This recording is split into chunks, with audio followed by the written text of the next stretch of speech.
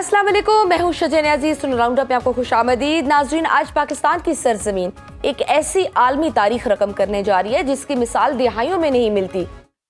जहां पूरी दुनिया तीसरी आलमी जंग के तिहाने पर खड़ी थी, वहां इस्लामाबाद की सफारती कोशिशों ने बारूद की बू को मुज़ाकरात की खुशबू में बदल दिया है। आज दुनिया के बड़े सहाफती इदारे हों या आलमी ताकतों के सरबराहान, हर जुबान पर सिर्फ पाकिस्तान का नाम है। इटली के साबिक वज़ीर-ए-आज़म ने तो वज़ीर-ए-आज़म शहबाज शरीफ को इस कामयाब सालसी पर नोबेल अमन इनाम का हकदार करार दे दिया है। आज इस्लामाबाद एक आलमी मरकज बन चुका है क्योंकि अमरीकी नायब सदर जेडी वेंस, खसूसी नुमाइंदा स्टीव विटकॉफ और दूसरी जानिब ईरानी वज़ीर ख़ारजा अब्बास अरागची और पार्लिमानी स्पीकर कालीबाफ एक मेज पर बैठने के लिए पाकिस्तान पहुंच रहे हैं। ये वही पाकिस्तान है जिसे दीवार से लगाने की कोशिश की गई, लेकिन आज साबित हो गया कि खित्ते में पायदार अमन की चाबी सिर्फ इस्लामाबाद के पास है। 1971 में हेनरी किसिंजर को चीन भेजने से लेकर आज ईरान अमेरिका सीज फायर तक पाकिस्तान ने हमेशा दुनिया को तबाही से बचाया है। आलमी मीडिया बशमूल CNN, BBC और खलीजी अखबारात पाकिस्तान के इस मीडिएटर रोल को हैरत और सताइश से देख रहे हैं। जहां भारत ने इसराइल का साथ देकर अपनी गैर जानिबदारी का लिबादा चाक किया, वहीं पाकिस्तान ने सऊदी अरब, कतर और ईरान का एतमाद जीतकर खुद को मशरिक़े वुस्ता का नागुज़ीर खिलाड़ी साबित कर दिया है। अल जज़ीरा ने सुर्खी लगाई कि इस्लामाबाद नया आलमी पुल, पाकिस्तान ने मशरिक़े वुस्ता को बड़ी तबाही से कैसे बचाया, जिसमें उन्होंने पाकिस्तान के सफारती किरदार और अमरीका ईरान सीज़ फायर का क्रेडिट पाकिस्तान को दिया। वहीं BBC ने सुर्खी लगाई कि पाकिस्तान का सफारती मास्टर स्ट्रोक ईरान और अमेरिका के दरमियान नामुमकिन सीज फायर को मुमकिन बना दिया। राउटर्स ने लिखा, तन्हाई से सालिस तक पाकिस्तान तेहरान और वाशिंगटन मुज़ाकरात में कलीदी खिलाड़ी बनकर उभरा। स्काई न्यूज ने तफसीली रिपोर्ट दी और बताया कि पाकिस्तान को आलमी अमन का हीरो क्यों कहा जा रहा है और क्यों आलमी रहनुमा तीसरी जंग अजीम रोकने पर शहबाज शरीफ का शुक्रिया अदा कर रहे हैं। टेलीग्राफ ने माजी की सफारती कामयाबी का हवाला देते हुए हेडलाइन दी है कि Pakistan Kissinger moment, the strategic genius behind the Islamabad summit. Fox News की जानिब से यह कहा गया है कि अमन का रास्ता इस्लामाबाद से गुजरता है। अमरीकी वफ्द तारीखी मुज़ाकरात के लिए पाकिस्तान रवाना। पाकिस्तान ने कैसे दोनों फ्रीकैन को एक मेज पर लाने में कामयाबी हासिल। पाकिस्तान की सफारती उड़ान क्या खलीज और खित्ते में पावर सेक्टर्स को तब्दील करने जा रही है? इन मौज़ूआत पर बात करने के लिए हमारे साथ प्रोग्राम के इस हिस्से में मौजूद हैं माहिर मशरिक़े वुस्ता अमूर मंसूर जाफर साहब। आपको वेलकम करती हूँ राउंड अप में। मंसूर साहब, पाकिस्तान ने तवील अरसे बाद मशरिक़े वुस्ता की सियासत में एक न्यूट्रल मीडिएटर के तौर पर अपनी वापसी का ऐलान किया है। सऊदी अरब और कतर ने इस अमल में पाकिस्तान पर जिस एतमाद और ट्रस्ट का इजहार किया है, क्या ये इस बात की अलामत है कि खलीजी ममालिक अब पाकिस्तान को सिर्फ एक सिक्योरिटी पार्टनर नहीं बल्कि एक कुलीदी सफारती खिलाड़ी मानते हैं? जी बहुत शुक्रिया जी, इसमें कोई शक नहीं। पाकिस्तान ने ये बात जो है अपने अमल और अपने कौल दोनों से साबित की है कि इस जंग के आगाज से ही पाकिस्तान जिस तरीके से मुस्तरब रहा, कंसर्न शो किया और बिलखुसूस ईरान और सऊदी अरब के दरमियान इब्तदाई दिनों में जो रिप्रोचमेंट करवाने के लिए एक बड़ी हेक्टिक डिप्लोमेसी की, उसी के नतीजे में जो बदगुमानियाँ थी ईरान और सऊदी अरब के दरमियान, उन्हें इब्तदाई तौर पर ख़त्म करने का मौका मिला और दोनों मुल्कों के दरमियान एक एतमाद बहाल होने का जो एक दोबारा से मौका पैदा हुआ। लेकिन क्योंकि जंग की हिद्दत और शिद्दत इस नौइयत की थी कि उसमें वो जो बाहमी एक एतमाद की साजी थी वो ज़्यादा देर बरकरार ना रह सकी, क्योंकि ईरान की तरफ से जो हमले थे वो सऊदी अरब के पास तनसीबात पर जारी रहे, उसकी वजह से एक बैड टेस्ट डेवलप हुआ। लेकिन यहाँ पे मैं समझता हूँ बैकएंड पे पाकिस्तान जिस तरीके से एक स्ट्रेटेजिक पार्टनर और ख़ासतौर पे एक म्यूचुअल जो डिफेंस पैक्ट के पार्टनर के तौर पे सऊदी अरब की पुष्ट पे खड़ा रहा और उन्हें हर वक्त हर लम्हा ये यकीन दहानी कराते रहे कि आपकी रेड लाइन जो है वो हमारी रेड लाइन है और पाकिस्तान की और सऊदी अरब की रेड लाइन यकीनन हरमैन शरीफैन का तहफ़्फ़ुज़ और दिफा है। उस ज़मन में ये बात जो सऊदी अरब को इस बात पर रोके रखा है इस बात ने कि सऊदी अरब ने अपना कोई रद्द अमल देने से आखिरी वक्त तक जो है एतराज़ किया। मैं समझता हूँ ये एक ऐसी कामयाबी थी, अगर सऊदी अरब या खित्ते के किसी दूसरे मुल्क की तरफ से भी एक जवाब ईरान की कार्रवाइयों के जवाब में दिया जाता तो एक ऐसी तबाही और बर्बादी जो थी वो खित्ते का मुकद्दर बनने जा रही थी कि जिसके बाद वहां से रिट्रीव करने में या उस तबाही से निकलने में कई दहाइयां, कई सदियां जो है वो लग जानी थी। और ये इस वक्त पाकिस्तान की जो बैकएंड पे इफेक्टिव डिप्लोमेसी, प्रोएक्टिव डिप्लोमेसी, जिसमें उन्होंने तमाम जीसीसी कंट्रीज को इंडिविजुअल लेवल पे भी और ऑर्गेनाइजेशन लेवल पे भी, हमारे वजीर खारजा ने जिस तरीके से एक बड़ी शटल डिप्लोमेसी की मुख्तलिफ कैपिटल्स की, और हमारे जो फौज के सरबराह और खासतौर पे जो फील्ड मार्शल आसिम साहब हैं उनकी तरफ से जिस तरीके से बड़ी इफेक्टिव डिप्लोमेसी, बल्कि मिलिट्री डिप्लोमेसी का जैसे नाम दिया जाता है, उसकी वो मिसालें रकम की कि दुनिया में कहीं कम ही हुआ होगा कि किसी मुल्क के फौजी सरबराह ने जो है वो अमेरिका के सदर को एन जंग के दिनों में, और खासतौर पे जब जब जंग एक खतरनाक मोड़ इख्तियार कर रही थी, उसमें अपनी सर्विसेज पेश की, अपने एक मीडिएशन की सर्विसेज पेश की, और उन्हें इस जंग की हिद्दत और शिद्दत के हवाले से बावर करवाया। और इसी बात को देखते हुए, क्योंकि माजी में जो एक ताल्लुक बन चुका था अमेरिका के सदर और खासतौर पे हमारे फौजी सरबराह के दरमियान, जिस तरीके से उन्होंने गैर गैर यानी रवायती तौर पे उन्हें अपने पास एक लंच पे होस्ट किया, 1 घंटे की मीटिंग जो है वो 4 घंटों में वही तो, और उसी दौरान उन्होंने ईरान के हवाले से जो अज़ाइम थे उसके बारे में अमेरिका की मौक़िफ़ सुना, और उसके बाद जो ब्रीफिंग उन्हें दी, उसके बाद जो अमेरिकी सदर ये कहने पर मजबूर हो गए कि चीफ जो फील्ड मार्शल आसिम साहब से ज्यादा ईरान को शायद ही कोई जानता हो। तो मैं समझता हूँ एक बहुत बड़ा क्रेडिट था। और जब बाद में उन्होंने इस जंग के दिनों में ये राब्ता किया, तो उसके बाद उन्होंने उनकी बात पे लब्बैक कहा और पाकिस्तान को वेलकम किया कि पाकिस्तान अगर इस मामले में कोई किरदार अदा कर सकता है। और अगर सर अगर हम ये कहें कि इस्लामाबाद में दोनों वफूद की मौजूदगी इस बात का इशारा है कि जिनीवा और दोहा जैसे रवायती मराकज़ अब आलमी ताकतों का एतमाद खो चुके हैं और पाकिस्तान अब neutral middle east security architecture का मरकज बन रहा है, तो ये ठीक होगा?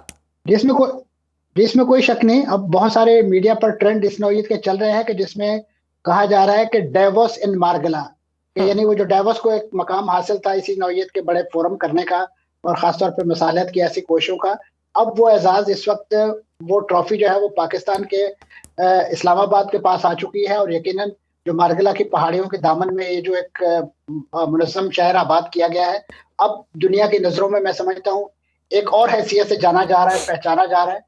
और अब यकीनन जो कल एक बैठक होने जा रही है कि जिसमें 3 दिन पहले यही फरीक जो है एक दूसरे पर गोलियां और बम बरसा रहे थे, अब वो एक दूसरे को अपने अपने मौक़िफ़ के हवाले से कायल और माइल करेंगे और उस अपनी तजावीज़ के हवाले से बड़े खुले दिल के साथ एक बंद कमरे के अंदर जो है मुज़ाकरात करने जा रहे हैं। ये मैं समझता हूँ ऐसा तारीखी मंजर है कि जो आने वाली जो पाकिस्तान की डिप्लोमेसी की तारीख में तो अपनी जगह, दुनिया की जो डिप्लोमेसी की केस स्टडीज होंगी उनकी निसाबी किताबों में ये एक केस स्टडी, एक कामयाब केस स्टडी के तौर पे मैं समझता हूँ पढ़ाया जाएगा, बताया जाएगा, और ये आने जो सफारतकारी की जो टेक्स्ट बुक्स है उसके निसाब का हिस्सा होगा।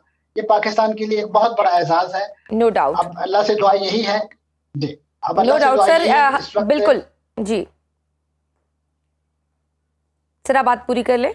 जी, यही दुआ की जा रही है कि पाकिस्तान ने ये जो भारी पत्थर उठाने का अपने जिम्मे लिया है, पाकिस्तान को इसमें कामयाबी हो, क्योंकि पाकिस्तान को अपने मशरक और मगरब में ऐसे हासदीन और ऐसे शरपसंदों का बिल्कुल जिसे कहना चाहिए वहां से आवाजें भी सुनाई दे रही हैं, और वहां जो हाहाकारी मची हुई है वो भी दुनिया के सामने है। खासतौर पे जो मशरकी हमसाया है वहां के जो मीडिया पर इस वक्त तबाही और बर्बादी के मनाजर और खासतौर पे अपनी हुकूमत को लान तान करने और पाकिस्तान, बिल्कुल वो तो हम देख रहे हैं, कल से एक सोगवार कैफियत है और लान तान क्या मुखालफिन की आवाज़ें उठ रही हैं कि भाई ईरानी सुप्रीम लीडर और इस्टेब्लिशमेंट ने पाकिस्तान को ही क्यों चुना?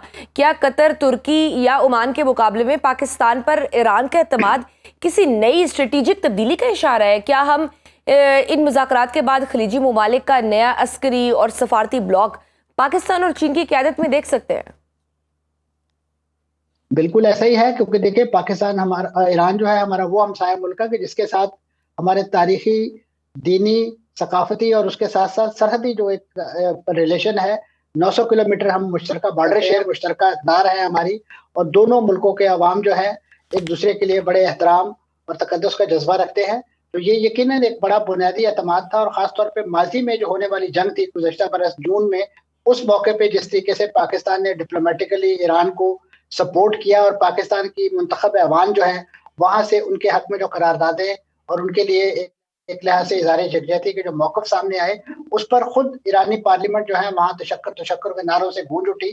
तो ये एक ऐसा चीज़ थी कि जिसकी बेस बड़ी तारीखी बेस है, और बिलखुसूस पाकिस्तान ने जिस अंदाज से, और दूसरा हमसाया मुल्क जिसे इस बारे में बड़ी तकलीफ है, उन्होंने तो अपने ईरान के उन एहसानात को भी भूल दिया कि जिसके नतीजे में उन्होंने अपनी चाबहार बंदरगाह जो है उनके डिस्पोजल पर दे दी थी कि आप यहाँ से तिजारत कर लीजिए, क्योंकि उन्हें हमारे सी पैक से बड़ी तकलीफ थी, और वो एक मुकाबले पे शायद इस वक्त यूएई के जीसीसी के बाज़ ममालिक के कैंप में ज्यादा करीब दिखाई दे रहे थे, क्योंकि जिन्होंने उनके मंदिरों को वहां दोबारा आबाद किया है, जाहिर है उनके साथ उनकी ज्यादा ताल्लुकदारी थी, तो उन्हें इस बारे में तकलीफ भी थी। और इसी वजह से मैं समझता हूँ पाकिस्तान के हवाले से दीगर ममालिक का जो एतमाद है वो बढ़ गया, और उसी के नतीजे में पाकिस्तान को हौसला मिला। और पाकिस्तान ने फिर देखिए सोलो फ्लाइट नहीं की, पाकिस्तान ने मिस्र, तुर्की और सऊदी अरब, उनके वज़ीर खारजा को अपने यहाँ होस्ट किया, उनकी बात सुनी, अपना मौक़िफ़ उनके सामने रखा, और फिर वहां से एक मुश्तरका मौक़िफ़ लेकर जब सऊदी जो वज़ीर खारजा अपने मुल्क वापस गए, तो वली अहद ने दोबारा कतर के अमीर को, यूएई के अमीर को, और इसी नौयत के जो दीगर उनके रहनुमा थे उनको अपने यहाँ होस्ट किया, ताकि पाकिस्तान की उन कोशिशों के बारे में आगाह किया जा सके और उनका एतमाद लिया जा सके। फिर अगले दिन जो है हमारे वज़ीर खारजा अपनी चोट के बावजूद जो है वो चीन चाइना गए थे वहाँ पे, और वहाँ पे जो है 5 नुकाती फार्मूला लेकर आते हैं। इस वक्त ये जो मुज़ाकरात होने जा रहे हैं उसका जो मेजर चंक है वो उन्हीं मुतालबात पे मुश्तमिल है। बिल्कुल, मैं सर उसी बात पे मैं आपसे फर्दर यही जानना चाह रही थी कि जो कल बड़ी बैठक है पाकिस्तान में, ईरान ने तो अपना 10 पॉइंट्स एजेंडा पाकिस्तान के जरिए वॉशिंगटन भेजा है, उसमें वो कौन से अहम नुकात हैं जिन पर तेहरान किसी सूरत कंप्रोमाइज करने को तैयार नहीं होगा? देखिए जी, उसमें देखिए इनकी जो इसमें मैक्सिमल पोजीशन है वो तो दोनों फरीकैन की बड़ी ही, जिसे कहना चाहिए उसकी हाई सीलिंग है, और उस हवाले से यानी उनका एक शद्दोमत के साथ मुतालबा यही होगा कि हमारी बातें मानी जाएं। लेकिन मैं समझता हूं कि ईरान अपने जो जौहरी प्रोग्राम के हवाले से जो इस वक्त बिल्कुल उसे दीवार से लगाने की कोशिश की जा रही है, उसकी वो डाउनग्रेडिंग तो कर सकता है, लेकिन उससे मुकम्मल दस्तबरदार होने के लिए शायद तैयार ना हो। इसी तरीके से उनका इस वक्त जो एक रीजनल एजेंडा कह लीजिए, या उनका एक मिशन स्टेटमेंट है कि वो मुख्तलिफ जो मुल्कों के अंदर, लबनान के अंदर, यमन के अंदर जो उनके हम ख्याल लोग हैं, जिन्हें ये लोग एक्सेस ऑफ इवल कहते हैं, वो उन्हें एक्सेस ऑफ रेजिस्टेंस कहते हैं, उनकी सपोर्ट जो है, और इराक के अंदर उसको इंटैक्ट रहने दिया जाए, उसको ना छेड़ा जाए। क्योंकि इस वक्त ये जो इब्तदाई तौर पे मुतालबात ईरान की तरफ से पेश किए गए थे, बल्कि जो फायरबंदी के हवाले से जो मुतालबात सामने आए थे, उसमें एक नुकता लबनान में फौरी जंगबंदी के हवाले से था कि ईरान के साथ साइमल्टेनियसली वहां भी जंगबंदी की जाए। लेकिन उससे तो वो अमेरिका ने कह दिया ना कि वो तो इस चीज में थे ही नहीं, पॉइंट उन्होंने तो उसका देखिए ना, उसका नतीजा देखिए ना, अब 400 लोग जो हैं एक दिन में शहीद कर दिए गए हैं, और ये तकरीबन वही बड़ी तादाद है जिस तरीके से 1982 में एक जिसे बुचर ऑफ बैरूत के नाम से जाना जाता है, एरियल शरोन जो वजीर दफा थे इसराइल के, उन्होंने जब साबरा और शतीला के कैंपों पर अपने टैंक दौड़ाए थे और फलस्तीनी कैंपों को वहां से मिसमार किया था, तो इसी नौयत का कैजुअलिटी फिगर उस वक्त सामने आया था। तो तारीख अपने आप को दोहरा रही है। तो ऐसी सूरत में अगर इसराइल जैसे जारे को उसको नकेल ना डालेगी, उसके हाथ ना रोके गए, तो फिर दोबारा एक बार फिर वो इसी नौयत का एडवेंचर। इसका मतलब है इसराइल कहीं ना कहीं जरूर कोशिश कर रहा है कि ये मुज़ाकरात भी सबोटाज हो जाए, जिस तरह से पिछले मुज़ाकरात खराब हुए थे।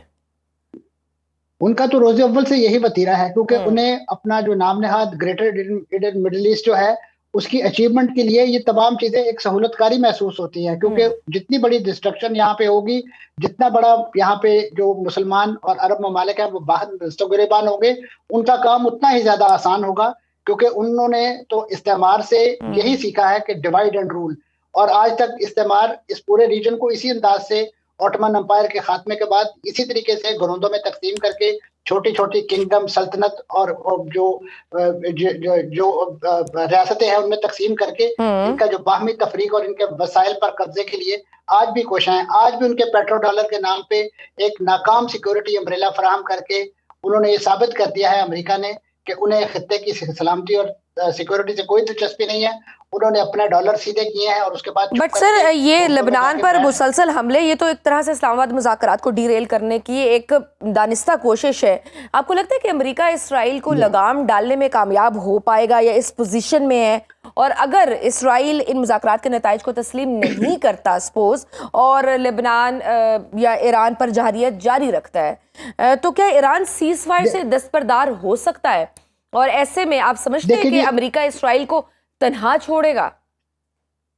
देखिए जी, जहां तक और इसराइल के और अमेरिका के ताल्लुकात हैं, तो इसे आप अगर एक ताबीर, एक जुमले से बयान कर सकते हैं कि ये यकजान दो कालब है। इसके बारे में ये जो एक मिथ क्रिएट की गई है कि इसराइल एक ऐसा बिगड़ा हुआ बच्चा है, एक ऐसा जिसे कहना चाहिए एक एंग्री यंग बॉय वाली बात है कि वो किसी की नहीं सुनता। आपके इल्म में होना चाहिए कि तेल अवीव की जो असल जो चाबी है वो वाशिंगटन के अंदर है।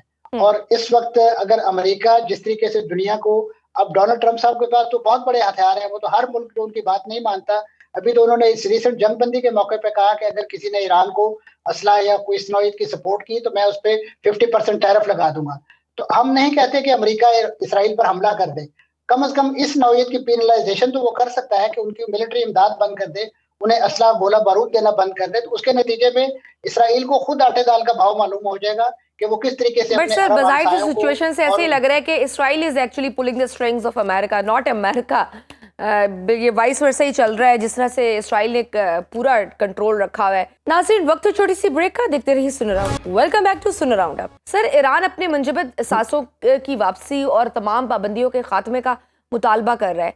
क्या अमेरिका इन शराइत को माने बगैर ईरान को बहरी हदूद खोलने पर राजी कर पाएगा? देखिए जी, ये ईरान का बुनियादी हक है, और खासतौर पे जितने जालिमाना ये पाबंदियां लगाई गई हैं और बिला जवाब लगाई गई हैं, क्योंकि ईरान ने अपने जौहरी प्रोग्राम के हवाले से तो अपने जो अज़ाइम जो वाज़ेह कर दिए थे कि हम न्यूक्स नहीं बनाना चाह रहे, हम इसे ज़राअत अपनी जो सिविल ज़रूरियात हैं उसके लिए इसको जो डेवलप करना चाह रहे हैं। तो लिहाजा इस बिना पे इनकी पाबंदियां मत लगाई जाए। आपके इल्म में होगा कि जब ओबामा का दौर था उस वक्त जो एक JCPO बना था, जो मायदा किया गया था, उसमें ईरान पर से पाबंदियां हटाई गई थी और ईरान के बहुत सारे मुंजमद असासे जो है वो वापस भी किए गए थे। लेकिन डोनाल्ड ट्रंप साहब ने आते ही अपने पहले इक़्तिदार में वो तमाम का तमाम माहिदा जो है वो मनसूख कर दिया, और उसके बाद दोबारा से ये पाबंदियों का सिलसिला शुरू हो गया।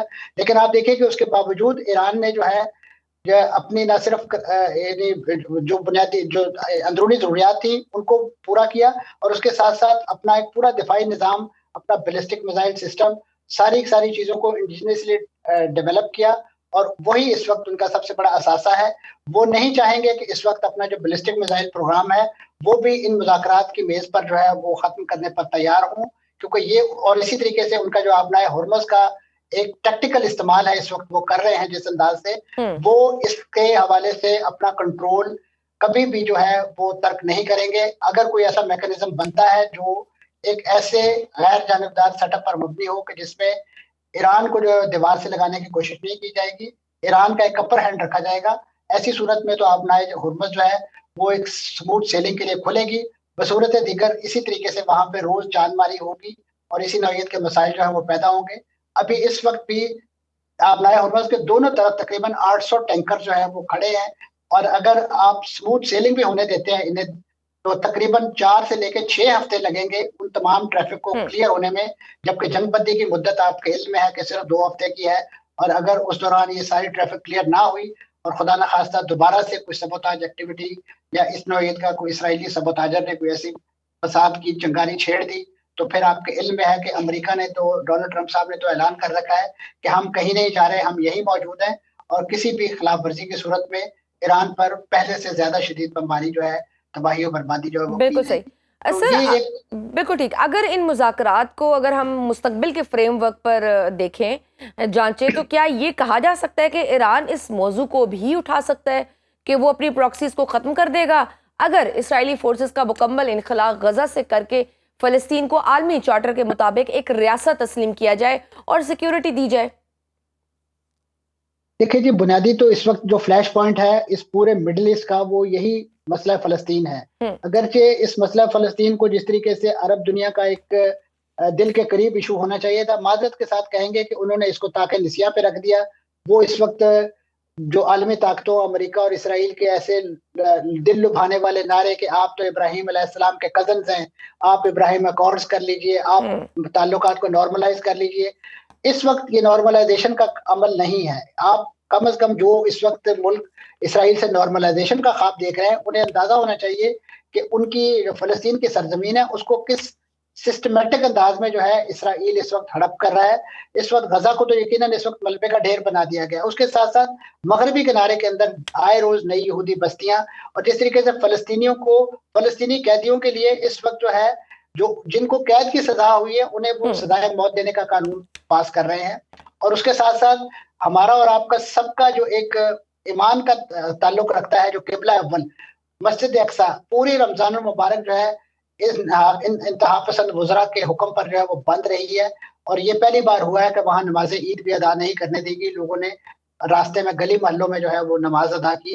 तो ये वो मैं समझता हूँ चीज है कि इस वक्त हमारे यहाँ जो बहुत सारी बात होती है हरमैन शरीफैन के हवाले से, तो ये भी मुसलमानों का तीसरा मुकद्दस हरम है और हदीस की रोशनी में इसकी एक इम्पोर्टेंस है। अब इस कजिए को भूलकर आप इसराइल के साथ नॉर्मलाइजेशन या ताल्लुकात अगर करना चाहते हैं, तो फिर कम से कम फलस्तीन तो इस तरीके से आजाद होने से रहा। और ये आप समझ सकते हैं कि जिस तरीके से माहिदा ओस्लो के जाल में उलझाकर यासर अराफात साहब से उनके मज़ाहमत का प्रोजेक्ट छीना गया, अब यही काम जो है वो जो फलस्तीनी मज़ाहमती तंजीमें हैं उनसे असला छीन कर और उनसे गजा में हथियार लेकर जो है उनको भी इसी तरह बेदस्तोपा और तही दामा करना चाहते हैं।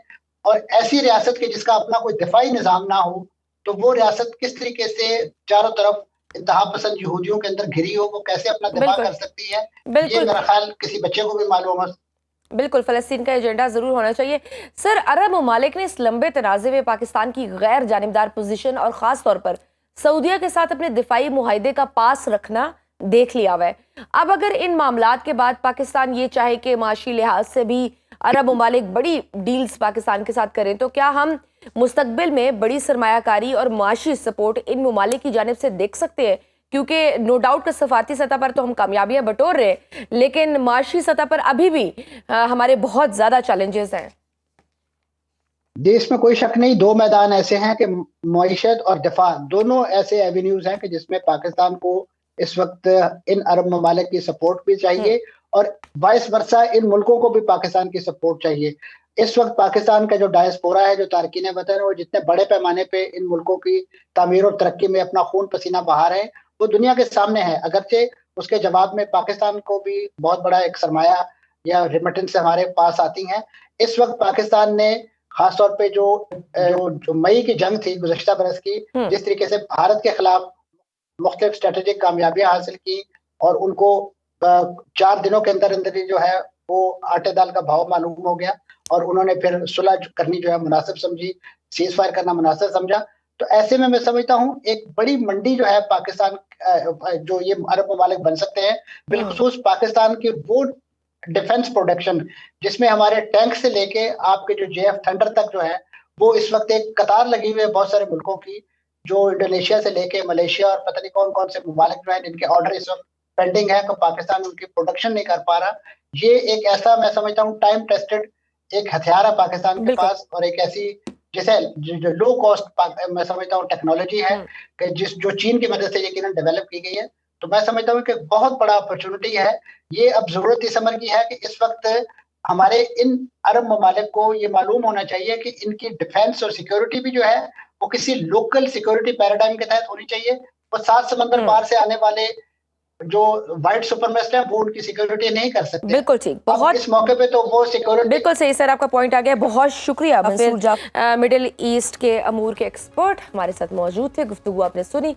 वक्त छोटी सी ब्रेक का, देखते रहिए सुनो राउंड। वेलकम बैक टू सुनो राउंड अप। प्रोग्राम के हिस्से में ज्वाइन किया है अंजा साकिब, माहिर हैं बैनुल अक़वामी अमूर के। आपको वेलकम करती हूँ सुनो राउंड अप में। अंजा साहिबा, दुनिया के तमाम सहाफती इदारे हों या ममालिक के सरबराहान के बयानात हों, सब पाकिस्तान का शुक्रिया अदा कर रहे हैं। ईरान और अमेरिका के दरमियान सीज फायर के बाद पूरी दुनिया पाकिस्तान की बात कर रही है। अमेरिकी नायब सदर हों या फिर खसूसी नुमाइंदा स्टीव विटकोफ पाकिस्तान आ रहे हैं। ईरानी सदर ने कंफर्म किया है कि ईरान का वफद मुज़ाकरात के लिए इस्लामाबाद आएगा। पाकिस्तान के लिए तारीखी लिहाज से ये कितना अहम मौका है? देखिए, मैं तो कहती हूँ कि पाकिस्तान के सितारे बिल्कुल उरूज पे हैं। पिछले 2025 से लेके अब तक अगर हम देखें तो वन आफ्टर द अदर एक स्ट्रेटेजिक विन है पाकिस्तान के लिए। बड़ा जो इसमें मैं क्रेडिट दूंगी वो ये इस बात को दूंगी कि इस साल अगर आपने देखा हो कि हमने रीओपन किए अपने दुनिया के अंदर, दुनिया ने देखा कि पहली दफा पाकिस्तान की तरफ से एक यकजा बयानिया आया है जहां सिविल और मिलिट्री लीडरशिप, यानी कि प्राइम मिनिस्टर शहबाज शरीफ और field marshal general Asim Munir दोनों एक साथ एक यूनाइटेड फोरफ्रंट पाकिस्तान का लेके उन्होंने हर जगह रिप्रेजेंट किया है।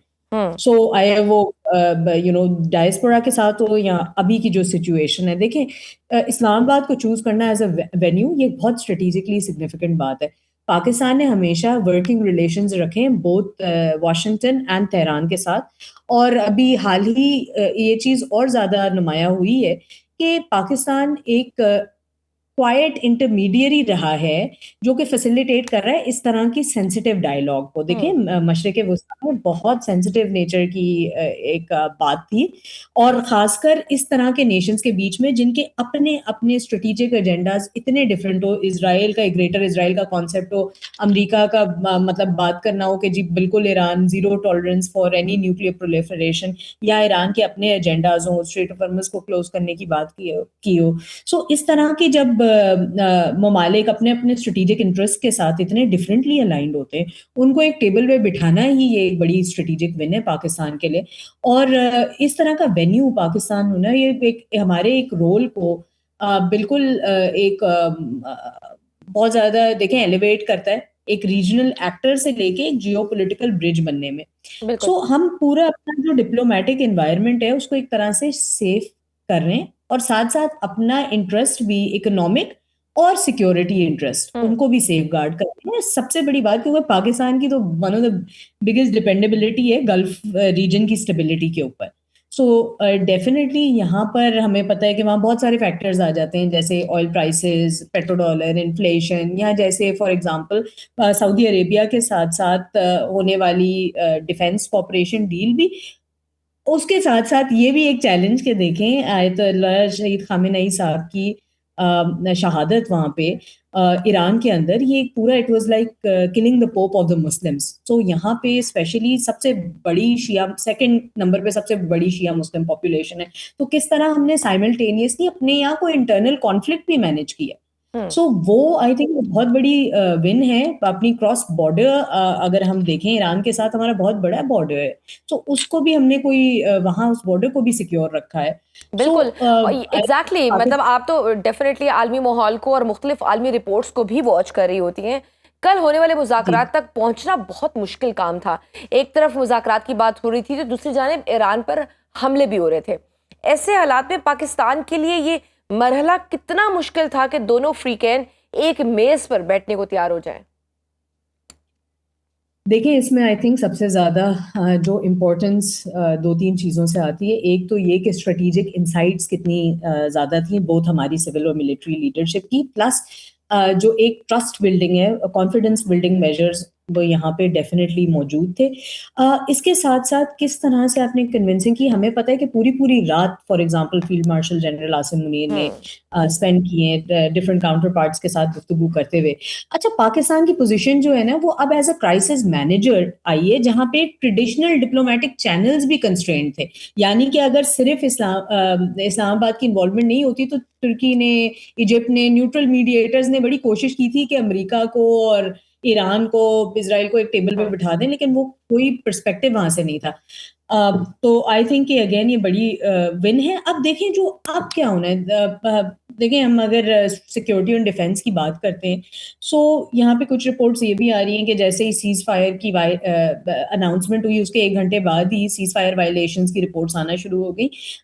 ये अवाम को समझना पड़ेगा कि ये कोई नई बात नहीं है, ये हमारे सिक्योरिटी एंड डिफेंस स्टडीज में, इंटरनेशनल रिलेशंस में बड़ी कॉमन बात है कि जहाँ सीज फायर की पोस्ट जो है ना इस तरह की एक्टिविटीज होती रहती हैं, इसमें कोई इतनी घबराने वाली बात नहीं है। वो थोड़ा सा एक कहीं ना कहीं कॉन्फ्लिक्ट क्रिएट होता है, लेकिन उसको मैनेज किया जाता है ओवर द कमिंग डेज। अब यूएस की पर्सपेक्टिव से अगर देखूं तो ये जो इनिशिएटिव है इस चीज पे राजी होना, वो इस डॉक्ट्रिन को कहते हैं निगोशिएटिंग फ्रॉम स्ट्रेंथ, यानी कि आप अपनी स्ट्रेंथ का मुजाहिरा कर रहे हैं। व्हाइट हाउस ने जहां तक मुझे लग रहा है वो ये जाहिर करना चाह रहे हैं कि वो उन्होंने अपनी जो इवन मिलिट्री ऑब्जेक्टिव्स थे वो अचीव कर लिए, उन्होंने अपनी लेवरेज ले ली कि जो वो बार्गेनिंग चिप्स चाह रहे थे इन टॉक से पहले।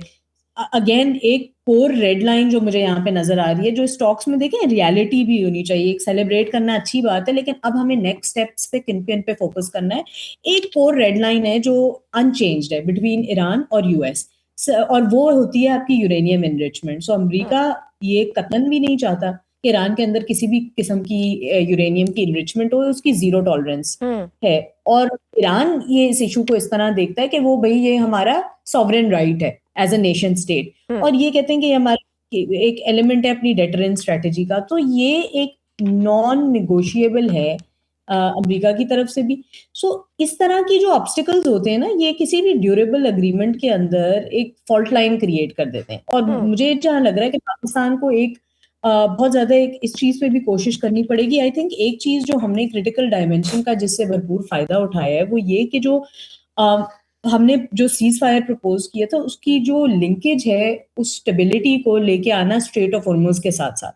सो जहाँ पे 1/5 आपके पूरे ग्लोबल ऑयल सप्लाई की मूवमेंट है, या फॉर एग्जांपल 70% आपकी सॉल्वेंट्स वहां से मूव होती हैं। सो इमीडिएट ग्लोबल इकोनॉमिक कॉन्सिक्वेंसेस को किस तरह से हमने कर्टेल किया है, आप खुद देख सकते हैं कि दुनिया की मार्केट्स। अच्छा अंजा साहिबा, जो मुज़ाकरात हो रहे हैं और अगर जंग के खात्मे में आपको क्या लगता है ग्लोबल ऑर्डर पर और खित्ते में क्या क्या तब्दीलियां होंगी? गल्फ ममालिक में क्या स्ट्रेटेजिक शिफ्ट्स देखने को मिलेंगे? क्योंकि कतर के साबिक वज़ीर आज़म तो कह चुके हैं कि अब इस्लामी ममालिक को मिलकर चलना होगा, नेटो की तरह की एक अलग फोर्स बनाना होगी। आपको लगता है नए अस्करी मुआहदे होंगे? जी, ना सिर्फ नए अस्करी मुआहदे होंगे, आई थिंक कुछ प्रेफरेंशियल एनर्जी ट्रीटमेंट्स भी अरेंजमेंट्स भी होंगी, डेफर्ड पेमेंट मैकेनिज्म्स होंगे, लॉन्ग टर्म सप्लाई एग्रीमेंट्स होंगे डिफरेंट गल्फ कंट्रीज के विद ईरान, अगर सैंक्शंस उनकी ईज कर दी जाती हैं। प्लस जो ये जो डिप्लोमेसी को किस तरह से टेंजिबल इकोनॉमिक रिलीफ में लेके आते हैं वो भी चीज सेटल होगी। देखिए पाकिस्तान का और दीगर जो मशरिक वुस्ता के दीगर ममालिक हैं वो अब न्यू डिप्लोमेटिक अपॉर्चुनिटीज को भी एक्सप्लोर करेंगे। मेरे नज़र में ये जो सिचुएशन अभी हुई है इसके अंदर सबसे बड़ा जो एक फायदा हुआ है ना वो जी ये कि जो उन मुल्कों ने ममालिक ने जिन्होंने तस्लीम नहीं भी किया था, अब वो समझ गए हैं कि अब we are no longer living in a unipolar world, ये एक मल्टीपोलर दुनिया में अब हम एग्जिस्ट करते हैं, जहाँ कोई भी आया वो अमेरिका हो, चाइना हो, कोई मिडिल ईस्टर्न पार्टनर हो, कोई भी ऑन देयर ओन सरवाइव नहीं कर सकता, और मल्टी स्टेक होल्डर पार्टनरशिप्स की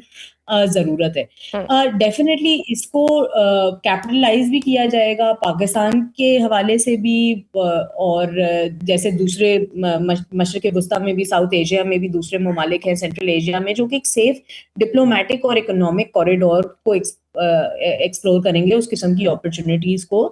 सीपैक का भी फेज 2 हम जानते हैं लॉन्च हो चुका था, और वो हाईली डिपेंडेंट था इस पूरे खत्ते की सिक्योरिटी पे। बिल्कुल सही। वो अगर कहाँ पे रहेगी तो देखिए ये पॉजिटिव इम्पैक्ट ही आएगा।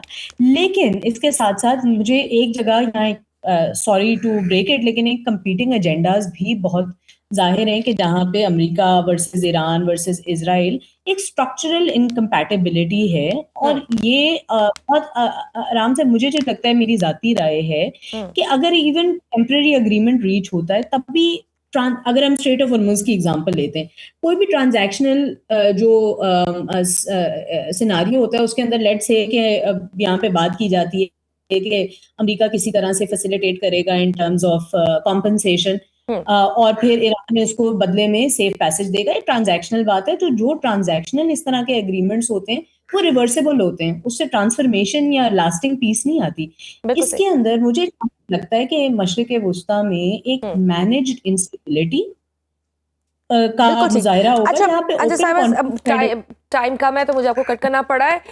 भारत की भी बात करते चलते हैं। मार्के हक से कबल हमने देखा कि ईरान और भारत के ताल्लुकात बहुत बेहतरीन थे और अरबों डॉलर की तिजारत भी थी, चाबार पोर्ट भी उनके पास थी। मगर मौजूदा जंग के बाद ईरान को क्या अब वाज़ेह तौर पर समझ नहीं लेना चाहिए कि भारत उसका दोस्त मुल्क नहीं है, जिस तरह खुलकर वो इसराइल का साथ देता रहा है? क्या हम ये एक्सपेक्ट कर सकते हैं कि अब ईरान की तिजारत से इन्वेस्टमेंट तक तमाम मामला पाकिस्तान के साथ होंगे? देखिए, अब तमाम मामला पाकिस्तान के साथ होंगे या नहीं, तो इसका तो टोटल फैसला ईरान नहीं करना चाहिए। वो that would be in a better position to answer. लेकिन हाँ, एक चीज आई थिंक कंप्लीटली वाजे हो चुकी है कि इंडिया के अंदर से भी ये खबरें आ रही हैं, जो दीगर उनके एनालिस्ट है सॉरी, वो यही कह रहे हैं कि ईरान को अभी इम्पोर्टेंस रियलाइज हो चुकी है कि कौन उनके साथ डिफिकल्ट टाइम्स में खड़ा है। देखिए, यही डिप्लोमेसी के अंदर भी देखा जाता है कि जो स्ट्रेटेजिक इंटरेस्ट आपके कहाँ प्रोटेक्ट हो रहे हैं। देखिए, पाकिस्तान का समवॉट जो उन्होंने डेफिनेटली करंट सिचुएशन के अंदर short term India Iran cooperation तो हम देख सकते हैं एनर्जी डोमेन के अंदर, लेकिन इंडिया तो ऑलरेडी री एंगेज करना शुरू कर दिया था उन्होंने ईरान को। लेकिन अब आई थिंक स्ट्रेटेजिक लेवल पे अभी भी एक स्ट्रक्चरल कंस्ट्रेन रहेगा। इंडिया ने अपनी एक्ट किसी तरह से बैलेंस करनी है। चाबहार जैसे प्रोजेक्ट मेंशन किए, वो उनके लिए क्रूशियल है फॉर सेंट्रल एशिया। तो देखते हैं वो कहाँ तक आते हैं इस सिचुएशन के अंदर। लेकिन आई थिंक विन थी कि इनडायरेक्टली तो देखें तेहरान का इंडिया की डिप्लोमेटिक स्पेस के अंदर वो जोर टूट ही गया। सो डेफिनेटली जो इतनी इन्वेस्टमेंट इंडिया ने की भी थी इन्फ्लुएंस बिल्ड करने में, ईरान को एज अ गेटवे यूज करने के लिए अफगानिस्तान और सेंट्रल एशिया तक जाने के लिए, अब बड़ा मुश्किल होगा पाकिस्तान को बाईपास करना जियोग्राफिकली। बिल्कुल ठीक, बहुत शुक्रिया अंजा साकिब साहिबा माहिर अमूर की हमारे साथ मौजूद थी। नाज़रीन, गुफ्तगू आपने सुनी। आज के ऊपर में बस इतना ही, इजाजत दीजिए, अल्लाह हाफ़िज़।